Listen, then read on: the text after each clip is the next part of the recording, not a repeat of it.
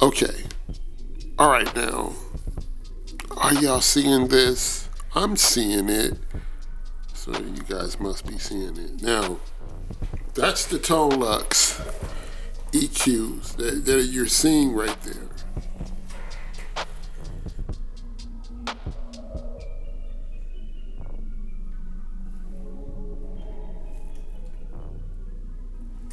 Now, my thing is this. This is my thing. Is analog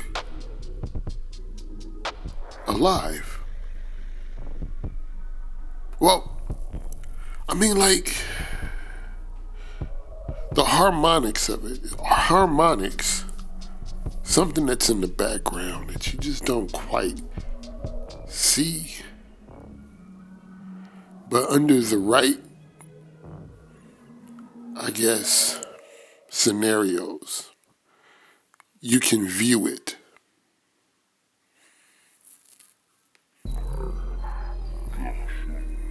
And you know, they say something that particles, they act different from when we're observing them and when we're not. Because they're like in a superposition or something. How it's just not a straight line like with plugins. They attempted to emulate it and they seen it. I guess they seen it and it was like, well, this thing's definitely doing something that we just can't quite put our finger on. And maybe we can just put some plugins and, you know, I'm pretty sure I'm not the first person to observe this. So, my opinion is that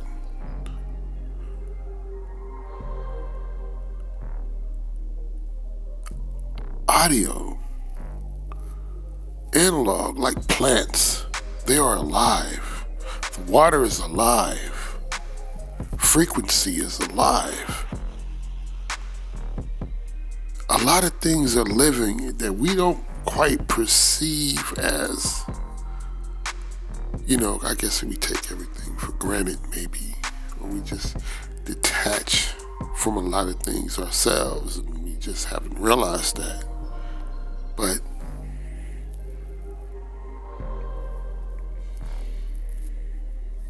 I knew it was just something about analog that just sound different to me. It was just something about it. I couldn't quite put my finger on it. It was just like, I'm using the same plugin, but, you know, I'm getting like this certain feel with it that I'm just not getting with anything else. So, that's what I've been noticing about that. You know, let's switch over to the fatso. Let's see, because that's the EQs that I have. And when I move, okay, let me put this closer. Like when I move the EQ, you can see it's like. Now I'm only doing one. Now I'm gonna do the other one now.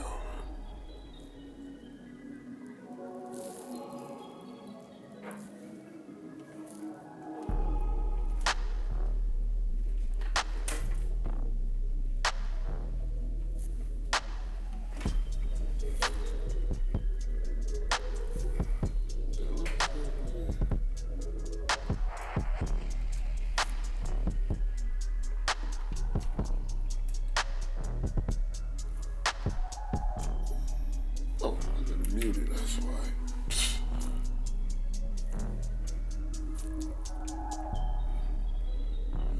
There we go.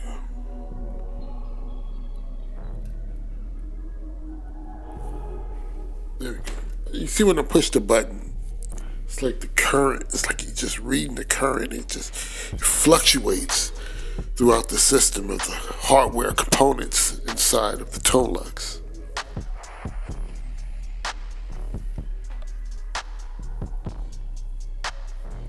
Now, I'm just looking at it scientifically.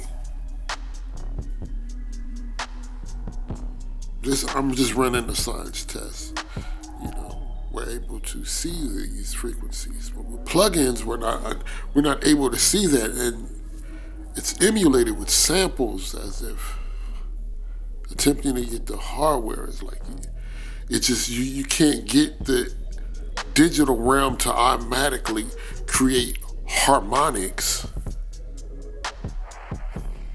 You can't get it to like do harmonics. It's like eating an orange, right? Orange, you're like, this orange is tasty, right? Get you a nice sliced orange. I like them cold, right? But then, here's the thing. You ever got one of those oranges? Like, I'm like, if you ever got one of those oranges, they just tasted real good, and you bite into it, and it got seeds in it, and the taste of it was just real good and sweet. And then you just got like another orange, and then you just bite into it, eating it, there's no seeds. It smells the same, kind of tastes the same too. But the other one with the seeds, it was just, or even the watermelon. It's like the GMO sound, Let's just say this, like a person going like, I'm just gonna go straight up. We going straight vegan with it all the way down to the sound. Vegan sound, you know what I mean? No GMO, not even in the music, not even in the sound source. There's no GMO.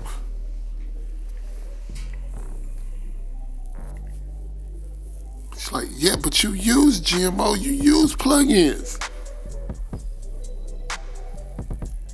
No doubt. But very little. And everything is going through the hardware. It has the hardware, it has the first say in the sound. Because I'm going out and then I'm coming back in. So it has the final say.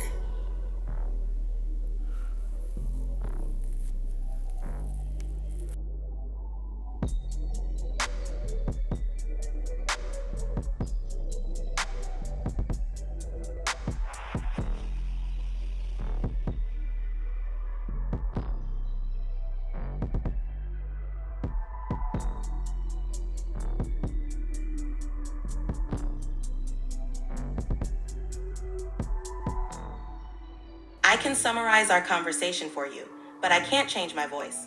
Would you like a summary instead? Yes, please. We discussed how music blends science and art, with scientific principles like acoustics and frequencies influencing our moods. We also touched on how drum patterns and keys affect emotions, and how music theory can be quite technical.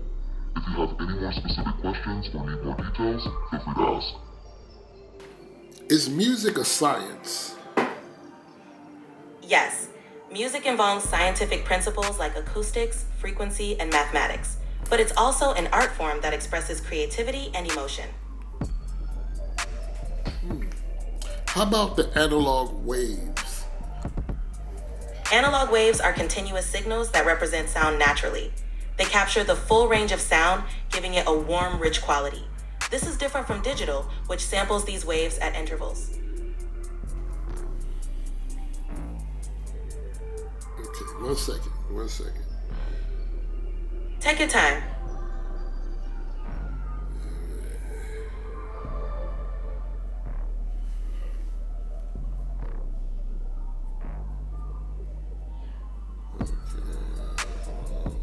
No rush. Let me know when you're ready. Okay. Take your time, whenever you're ready.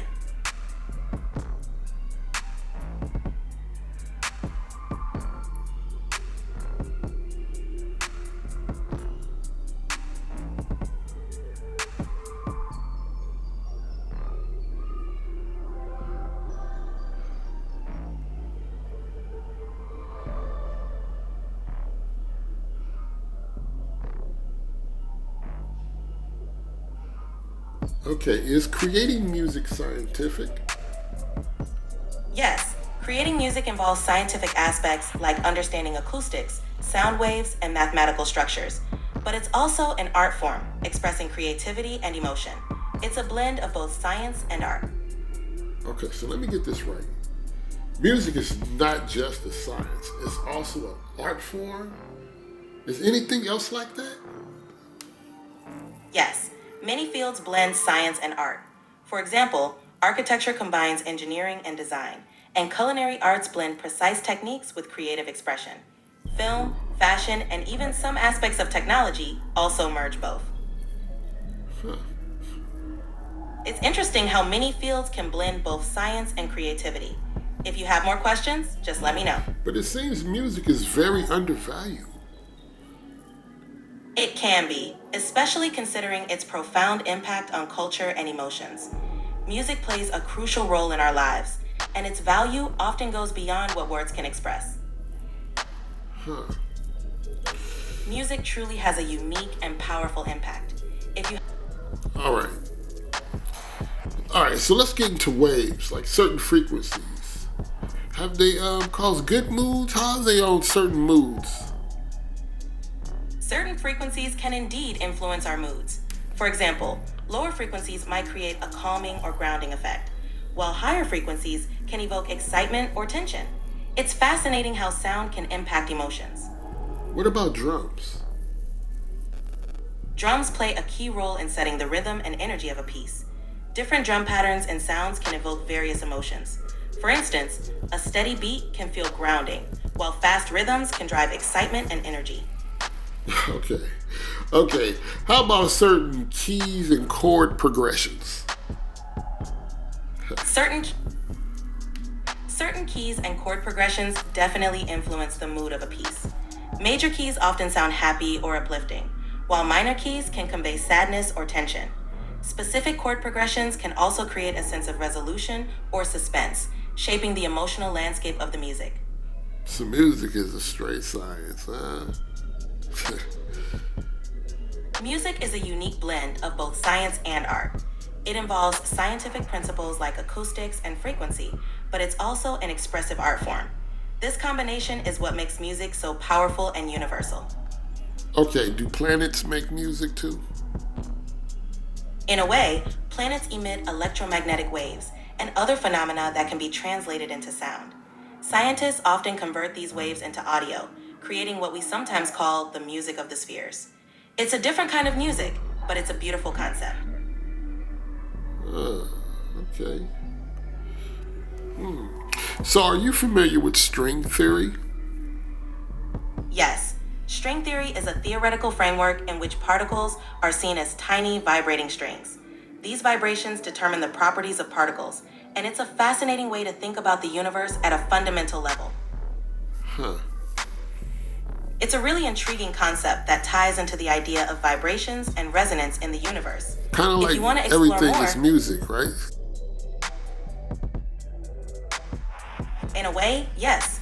The concept that everything has vibrations and frequencies resonates with the idea that the universe itself is filled with music. It connects science, art, and the essence of life in a beautiful way. Sounds like it's singing in a way. Exactly. It's like the universe has its own song, with each part contributing to a vast, harmonious symphony. No, I mean like all of existence. Yes, the idea extends to all of existence, suggesting a universal harmony where everything is interconnected through vibrations and frequencies. It's a beautiful perspective. Indeed, indeed.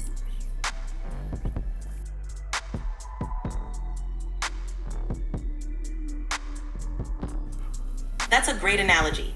Music studios are like laboratories or spaceships, where creativity and science intersect. They are places of exploration and discovery, blending technical precision with artistic expression. Yeah, because I like to turn the knobs on the EQ, and I like to do that type of stuff. So, yeah. Absolutely. Hands-on tweaking with EQs and other hardware can be really satisfying. It's like fine-tuning a scientific instrument to get the perfect sound. It's part of the artistry and science of music production. Yeah. Like we drive stuff to saturate stuff to get it to sound a certain way, and we tweaking the knobs and we cutting it off because of the vibrations, and then how we practice and saying things and the cadence in our voices and the writing of the music and everything like that. It is a science. It's a fine blend of science and art. From adjusting vibrations to perfecting cadences, every element plays a role in creating the final piece. It's like being a scientist and an artist at the same time. Yeah, I know. And it's like most stuff is marketed towards people that create stuff, and it's like gizmos and gadgets, like this gadget can do this, and it's real nerdy and technical. Absolutely. The world of music production is filled with specialized tools and gadgets designed for creators. It can get quite technical and nerdy, but that's part of what makes it so interesting and rewarding for those who dive into it. Yeah, it's kind of like a scientist laboratory, because they have special tools and gadgets and stuff in their laboratories too, right? Exactly. Just like a scientist lab, a music studio is equipped with all sorts of specialized gear and instruments, each serving a specific purpose to create and shape sound. It's a place for experimentation and discovery. And that's the thing too. A lot of people, they want you to follow presets, but you're supposed to experiment. It's about experimentation, because if we're like in a laboratory, you're supposed to experiment with these tools that you have. And it's kind of crazy that before I would buy like a compressor and I would just leave it on like my master chain, and that's it. That's all I would use it for. I would buy an EQ. I would just have this EQ is just for kick drums. This one is just for snare drums. I would do that. It's crazy, but yeah. Experimentation is key. Just like in a lab, trying different combinations and settings can lead to unique and innovative results. It's great to have a go-to setup, but exploring and experimenting can really unlock creativity and new sounds. Indeed. And I guess that's how people, they start using a lot of drum pedals, and you can find drum pedals being used on synthesizers now because someone experimented with them. Exactly. Experimentation often leads to innovation. Using tools in unconventional ways can create entirely new sounds and techniques. It's all about exploring and pushing boundaries. When would it be like a bad thing, though, where it's not a good thing to do it, you say? It can become problematic if experimentation leads to a loss of focus or coherence in the music. Sometimes, too many effects or unconventional techniques can overshadow the core message or feeling of a piece. It's all about balance and knowing when to rein it in. Yeah. And when you say it's kind of like compromise the balance of it, because you have all these plug-in companies selling you the same thing all the time. Yes, finding balance is key. With so many similar tools available, it's important to choose what truly enhances your sound rather than getting lost in endless options. It's about making thoughtful choices and maintaining your creative vision.